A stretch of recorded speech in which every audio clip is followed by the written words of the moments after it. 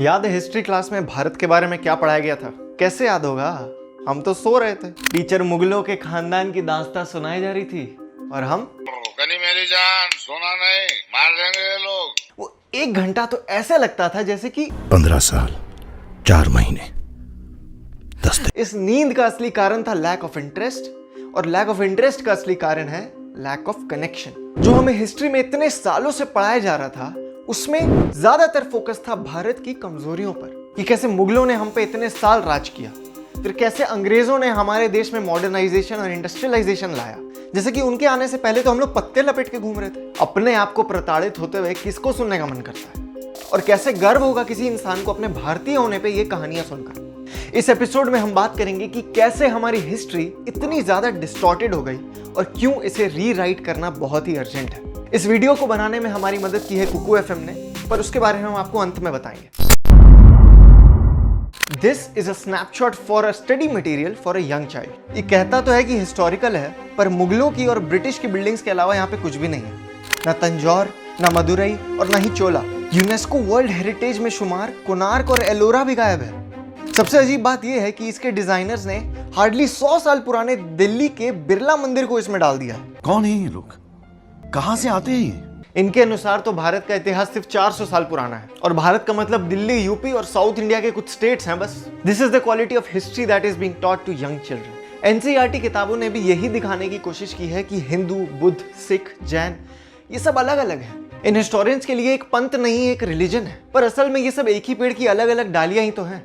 इन्हें किसी ने नहीं बताया कि 7वीं सेंचुरी के महान सम्राट हर्षवर्धन एक बौद्ध होने के साथ साथ एक महान शिव भक्त भी थे। उनकी रॉयल इंस्क्रिप्शन में हर्षवर्धन को परम महेश्वर कहा गया है, यानी कि supreme devotee of Lord Shiva. इन्होंने हजारों बुद्ध स्तूपा बनवाए, बोधिसत्वा और मां गौरी के ऊपर किताबें भी लिखी, पर यह चीज किताबों में डालना भूल गए। सिक्किम में वज्रयान बुद्धिज्म के फॉलोअर्स गुरु पद्मसंभव की पूजा करते हैं। इस इमेज को गौर से देखिए।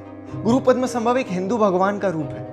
क्या आप गेस कर सकते हैं कि कौन से भगवान? अगर बता सकते हैं तो अभी कमेंट करिए। वैसे इसका उत्तर हम वीडियो के एंड में जरूर देंगे। वैसे कई हिंदू मान्यताओं में यह भी कहा जाता है कि विष्णु के 9वें अवतार भगवान बुद्ध ही हैं। शिव, महादेव और रुद्र का वर्णन दसम ग्रंथ जैसे कई सिख ग्रंथों में भी हुआ है। देह शिव बर मोह रहे हैं, शुभ कर्मन से कभी ना डरूं। हे शिव, मुझे वरदान दो कि मैं कभी भी शुभ कार्य करने से ना डरूं। पर यह बात उन हिस्टोरियंस के समझ में नहीं आई। उनके लिए तो हिंदुइज्म, सिखिज्म, बुद्धिज्म, जैनिज्म ये सब एक रिलीजन है, just like Christianity and Islam. उन्हें लगता है कि अब्राहमिक रिलीजन्स की तरह ये रिलीजन्स भी एक दूसरे के थॉट्स को रिस्पेक्ट कर ही नहीं सकते। या शायद ये सब एक गलती ना हो, बल्कि भारत के लोगों को बांटने के लिए एक सोची समझी साजिश हो। मराठाओं के बारे में सबने सुना होगा, लेकिन ज्यादातर लोगों के लिए मराठा साम्राज्य छत्रपति शिवाजी महाराज से शुरू और उन्हीं पे खत्म हो जाता है। मराठाओं के विशाल थल सेना के बारे में हमें नहीं बताया गया, जो कि एक ही समय में भारत के चारों कोनों में लड़ रही थी। त्रिची, बंगाल, उड़ीसा, दिल्ली और पेशावर में एक के बाद एक भगवा झंडा लहरा रहा था, और ये सब शिवाजी महाराज की मृत्यु के कई सालों के बाद हो रहा था। हमारे बॉलीवुड को भी इन सारी कहानियों पे मूवी बनाना इंटरेस्टिंग नहीं लगा। उन्होंने उठाया थर्ड बैटल ऑफ पानीपत, जिसमें मराठाओं को हार झेलनी पड़ी थी। हम में से कितने लोगों को मालूम है मराठा नेवी के बारे में, जिन्होंने कई बार पोर्टुगीज और डच नेवी को हराया? कितनों को मालूम है कान्होजी आंग्रे के बारे में? कितनों को मालूम है कि छत्रपति शिवाजी महाराज को फादर ऑफ इंडियन नेवी कहते हैं? सोचिए जरा, हमारी अचीवमेंट्स को चेरिश करने के लिए कितने कम प्रयास हो रहे हैं, और वहीं हमारी हार को दिखाने के लिए फिल्में और किताबें लिखी जा रही हैं। कहां से आएगी देशभक्ति की भावना ऐसे? दक्षिण भारत की बात करें तो चालुक्य राजाओं के बारे में भी बहुत कम देखने को मिलता है। राष्ट्रकूट और सतवाहनास तो बिल्कुल ही गायब है। ईस्टर्न भारत की सबसे बड़ी डायनेस्टी में से एक पाला के बारे में तो कितनों ने नाम ही नहीं सुना होगा। चोलास के बारे में हिस्ट्री बुक्स में बताया, लेकिन उनकी अनबीटेबल नेवी के बारे में बताना भूल गए। सिमिलर चीजें भारत की मॉडर्न हिस्ट्री के साथ भी हुई हैं। वीर सावरकर, लाला लाजपत राय, सुभाष चंद्र बोस, भगत सिंह जैसे कई क्रांतिकारी हमारी किताबों से लगभग गायब हैं। हमें पढ़ा दिया गया है कि नेताजी की मृत्यु एक प्लेन क्रैश में हुई थी, और उनसे जुड़ी फाइल्स को क्लासिफाइड कर दिया। क्लेमेंट एटली, जो 1947 में ब्रिटिश पीएम था, उसने कहा था कि आजाद हिंद फौज और रॉयल इंडियन नेवी की म्यूटिनी ने फोर्स किया ब्रिटेन को भारत छोड़ने में, ना कि गांधी और उनकी इंडिपेंडेंस मूवमेंट। इनफैक्ट हम में से कईयों को तो भारतीय नौसेना की म्यूटिनी के बारे में पता भी नहीं होगा। Now this brings us to the question, how was Indian history manipulated? History को मैनिपुलेट करने की शुरुआत ब्रिटिश एरा से ही हुई थी, क्योंकि ब्रिटिशर्स के 2 मोटिव्स थे। 17वीं सेंचुरी तक भारत की GDP 25 to 30% of the world हुआ करती थी। इसलिए यहाँ की वेल्थ को लूटना और अपनी देश की इकोनॉमी को बढ़ाना उनका पहला मोटिव था। और इस बात में कोई शक नहीं है, क्योंकि ब्रिटिशर्स के जाने के बाद भारत की जीडीपी वर्ल्ड के 30% से 2% पे आ गई थी। गजब बेइज्जती है। ब्रिटिशर्स हम पे राज तो कर रहे थे, पर उन्हें दिख रहा था कि भारतीय आज भी अपने कल्चर और ट्रेडिशंस को फॉलो करते हैं, वो आज भी जागरूक है। इसीलिए उनका दूसरा मोटिव था हमें री एजुकेट करना, जिसको ये लोग व्हाइट मैन्स बर्डन भी कहते थे। इस काम को एग्जीक्यूट करने के लिए लॉर्ड मैकॉले द्वारा 1835 में एक नया इंग्लिश एजुकेशन एक्ट लाया गया। इसके तहत हमें सबसे पहले हमारी भाषा संस्कृत से दूर किया गया और सारी एजुकेशन को इंग्लिश में कर दिया गया। और इसमें बहुत ही वेल प्लान्ड और सिस्टमैटिक तरीके से हमारे एंशिएंट नॉलेज को, हमारे कल्चर को, हमारे मेडिकल साइंसेस को तुच्छ या स्यूडो साइंस बताया गया। वेदों और उपनिषद के मिसलीडिंग ट्रांसलेशंस किए गए और हमारी फिलॉसफीज को डैमेज करने की कोशिश की। ये बातें लॉर्ड कैनिंग के इस खत में भी नजर आती है, जो कि उसने 1857 में भारत का गवर्नर जनरल होते समय लिखी थी। As we must rule 150 millions of people by a handful of Englishmen, let us do it in a manner best calculated to leave them divided and to inspire them with greatest possible awe of our power and with the latest suspicion of our motives. Famous YouTuber and president of National Center of Historical Research and Comparison Studies Chandigarh, Neeraj आत्री जी ने RTI के तहत NCERT को email करके किताबों में छपे हुए misleading facts के एविडेंस भी मांगे। तो जवाब में आया कि NCERT के पास इन सारी इंफॉर्मेशन का कोई सबूत नहीं है। मैकॉले का ये प्लान काफी तेजी से सफल भी हो रहा था और इसका एविडेंस इस चिट्ठी में मिलता है। Our English schools are flourishing wonderfully. The effect of this education on the Hindus is prodigious. No Hindu who has ever received an English education ever remains sincerely attached to his religion. It is my firm belief that if our plans of education are followed up, there will not be a single idolater among the respectable classes. Britishers के version की history कुछ ऐसी दिखती थी। उनके हिसाब से Alexander the great के इन्वेजन के पहले भारत में कुछ खास मेंशन करने लायक नहीं था। अलेक्जेंडर के बाद ग्रीक्स ने हमें सिविलाइजेशन सिखाया और वेस्टर्नाइजेशन से परिचय करवाया। 8th सेंचुरी में जो मोहम्मद बिन कासिम ने इन्वेजन किया, उसके बाद से भारत में मुस्लिम रूल शुरू हो गया। भारत हमेशा से किसी न किसी और के रूल में रहा है और इसमें गर्व करने जैसी कोई बात ही नहीं।